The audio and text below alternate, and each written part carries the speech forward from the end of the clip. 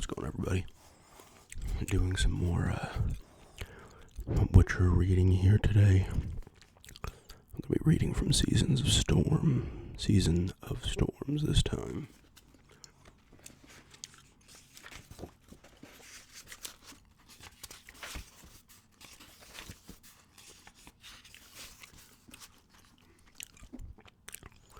Chapter 1.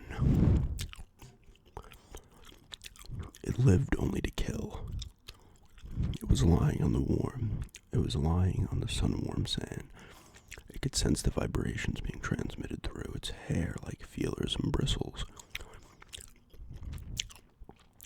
Though the vibrations were still far off, the eater, I don't know how to pronounce some of these things, could feel them distinctly and precisely. It was thus able to determine not only its quarry's direction and speed of movement, but also its weight.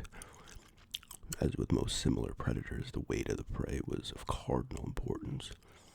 Stalking, attacking, and giving chase meant a loss of energy that had to be compensated by the calorific value of its food. Most predators, similar to the eater, would quit their attack if their prey was too small, but not the eater. The eater didn't exist to eat and sustain the species. It hadn't been created for that. It lived to kill.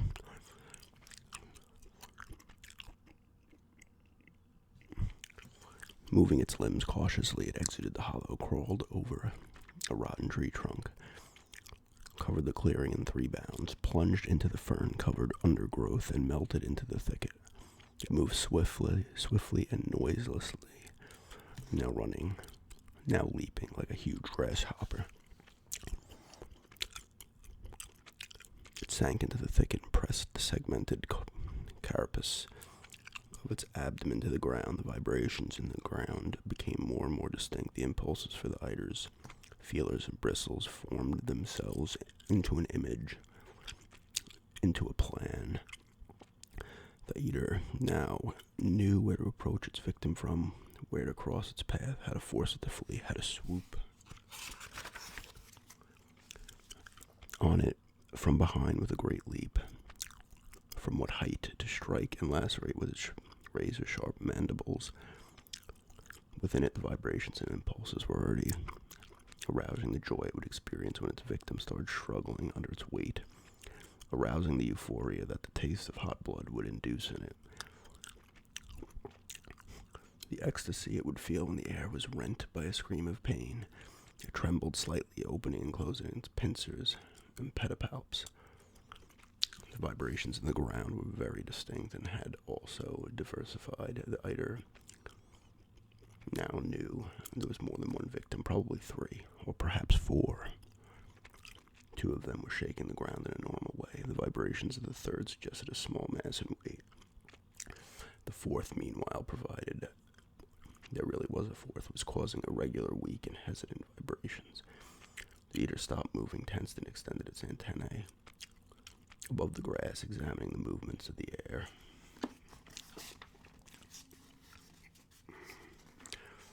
The vibrations in the ground finally signaled what the eater had been waiting for. Its quarry had separated. One of them, the smallest, had fallen behind, and the 4th, the vague one, had disappeared. It had been a fake signal, a false echo. The eater ignored it. The smallest target moved even further away from the others. The trembling in the ground was more intense. And closer, the eater braced its rear limbs, pushed off, and leaped. The little girl gave out an ear-splitting scream. Rather than running away, she had frozen to the spot, and she was screaming unremittingly. The Witcher darted towards her, drawing his sword mid-leap, and realized at once that something was wrong, that he'd been tricked.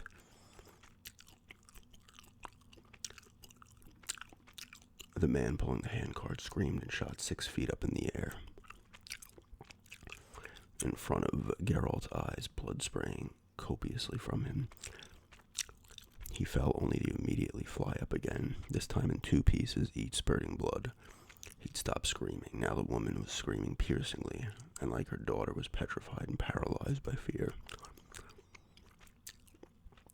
Although he didn't believe he would, the Witcher managed to save her. He leaped and pushed hard, throwing the blood-splattered woman from the path into the forest among the ferns, and realized at once that this time, too, it had been a trick, a ruse, for the flat, gray, many-limbed, and incredibly quick shape was now moving away from the handcart and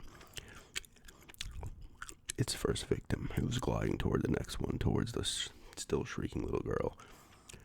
Geralt sped after the eater. Had she remained where she was, he would have been too late, but the girl demonstrated presence of mind and bolted frantically. The gray monster, however, would easily have caught up with her, killed her, and turned back to dispatch the woman too. That's what would have happened had it not been for the Witcher. He caught up with the monster and jumped, pinning down one of its rear limbs with his heel. If he hadn't jumped aside immediately, he would have lost a leg. The gray creature twisted around with extraordinary agility, and its curved pincers snapped shut, missing him by a hair's breadth. Before the Witcher could regain his balance, the monster sprang from the ground and attacked. Geralt defended himself instinctively with a broad and rather haphazard swing of his sword that pushed the monster away. He hadn't wounded it, but now he had the upper hand. He sprang up and fell on the monster's slashing backhand, cleaving the carapace of the flat sepathorax. Before the dazed creature came to its senses, a second blow hacked off its left mandible. The monster attacked, brandishing its limbs, trying to gore him with its remaining mandible like an aurochs. The Witcher hacked that one off too. He slashed one of the eater's pedipalps with a swift reverse cut, then hacked the halothorax again.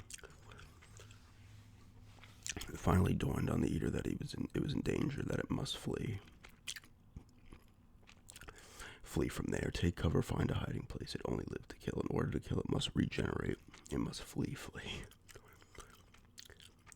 The Witcher didn't let it. He caught up with it, stepped on the rear segment of the thorax, and cut from above with a fierce blow. This time the carapace gave way, and viscous greenish fluid gushed and poured from the wound. The monster flailed around, its limbs thrashing the ground chaotically. Geralt cut again with his sword, this time completely severing the flat head from the body. He was breathing heavily. It thundered in the distance, the growing wind and darkening sky heralded an approaching storm. Right from the very first encounter, Albert Smolka, the newly appointed district reeve, reminded Geralt of a Swede. He was stout, unwashed, thick-skinned, and generally pretty dull. In other words, he didn't differ much from all the district clerks Geralt had dealt with.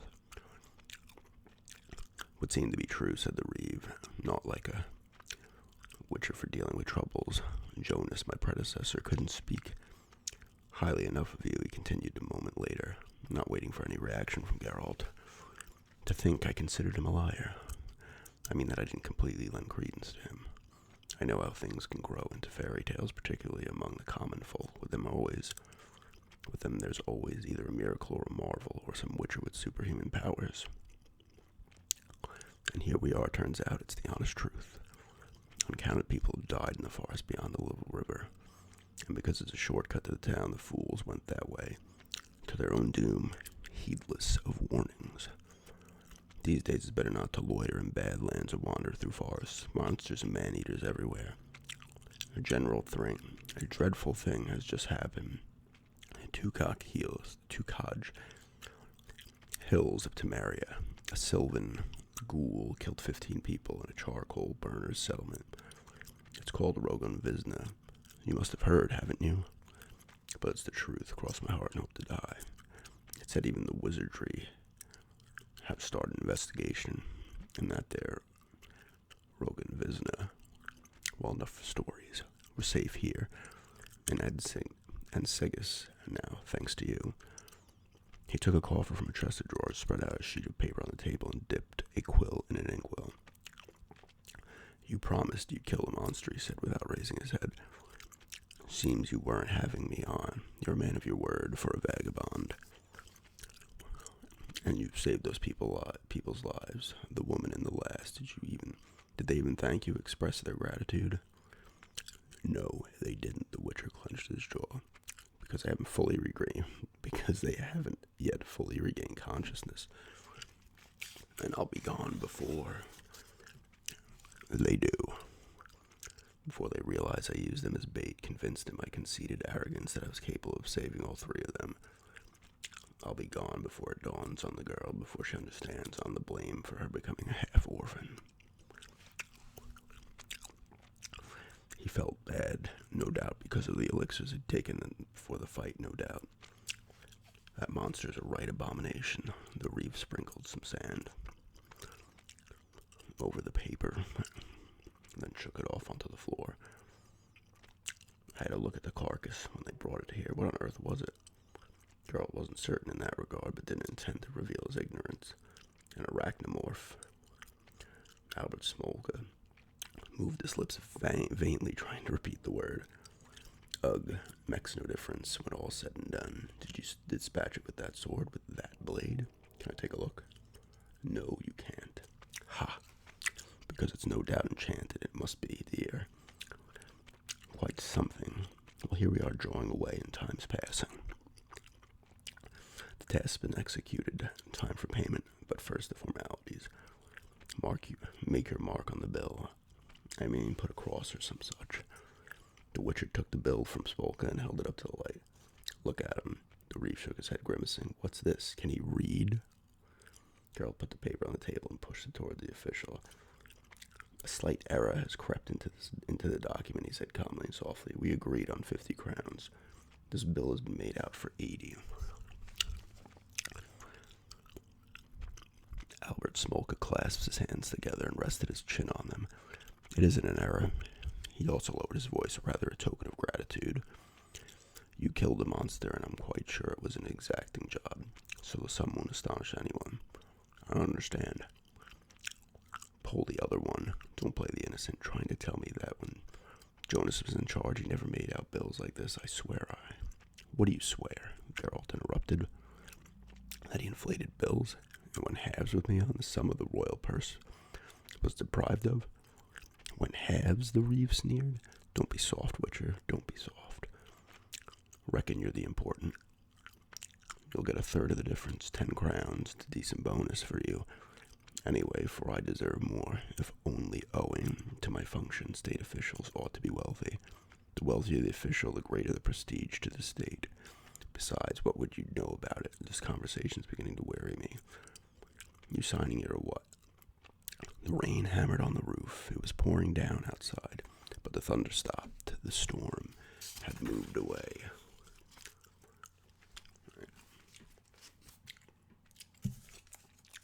That was chapter 1. Pretty short, but I marked that one, so next time I could read that from where I left off. I forgot my place in the other one, but I could always probably go back and just watch the other video, but I'll probably do that at some point and continue that one as well. But that was just reading some of Season of Storms, Witcher book. But thanks everybody for checking this. Oh, excuse me. Thanks everybody for checking this out, and have a good day.